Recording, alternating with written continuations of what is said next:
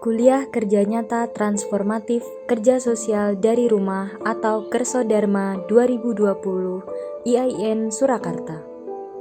Di tengah adanya pandemi, mengharuskan kita tetap melakukan kegiatan meski tidak seperti biasanya. Begitu pula KKN kali ini, yang proses pelaksanaannya berbeda dengan KKN tahun lalu. Tema KKNT kali ini adalah penguatan ketahanan masyarakat masa pandemi COVID-19 berbasis kearifan lokal dan moderasi beragama. Kali ini, KKN dilaksanakan di salah satu daerah di Jawa Tengah, tepatnya di Desa Girilayu.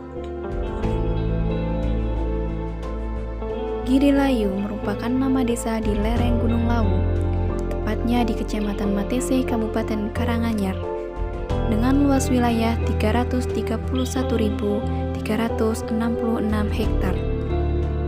Suatu desa dengan kekayaan alam yang masih melimpah hingga sekarang.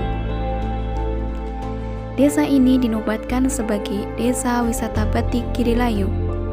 Secara keseluruhan, desa ini terbagi menjadi 5 dusun, 12 RW, dan 32 RT.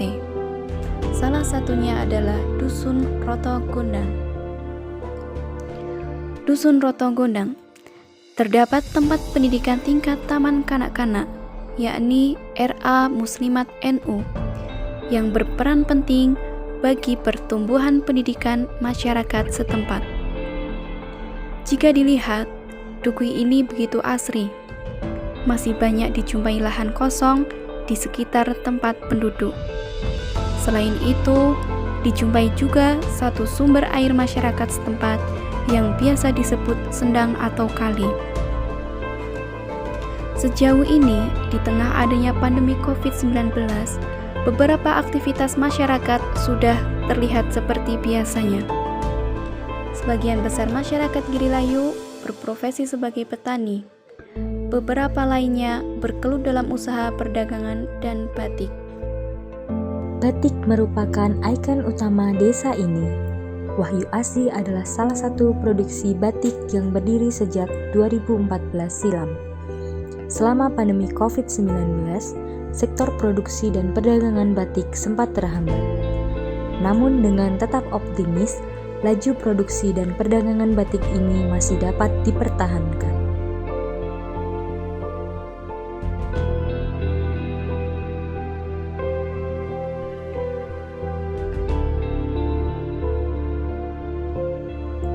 Isu prioritas pertama KKN ini adalah bidang keagamaan. TPA Al-Munawar, wadah pendidikan keagamaan bagi anak-anak yang turut mengenalkan pentingnya moderasi beragama, pembentukan karakter anak, dan menumbuhkan sikap toleransi saling menyayangi di antara sesama. Tak lupa, santri dan santriwati TPA ini juga dikenalkan dengan kesenian sholawat atau hadroh yang merupakan salah satu bentuk kearifan lokal. Biasanya sholawatan ini dibawakan sebelum kegiatan belajar mengaji dimulai.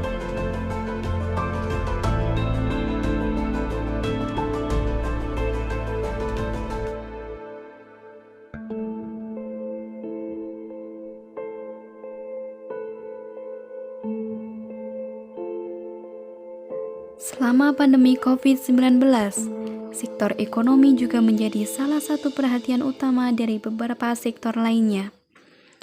Menanggapi hal itu, pemanfaatan limbah kemasan minyak dan lahan kosong menjadi isu prioritas kedua yang kami perhatikan. Limbah kemasan minyak ini dijadikan sebagai media tanam sayuran. Pengumpulan limbah kemasan minyak menjadi proses pertama yang dilakukan. Dilanjutkan dengan pengisian tanah, pengisian bibit sayur, dan peletakan pada lahan kosong. Kegiatan ini kami namakan edukasi lahan produktif sebagai upaya meminimalisir pengeluaran pokok keseharian.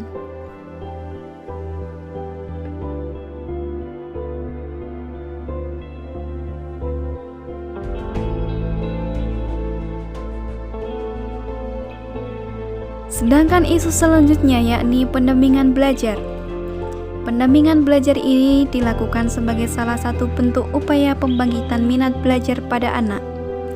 Mengingat selama adanya pandemi, kegiatan belajar mengajar dihentikan sampai batas waktu yang belum ditentukan.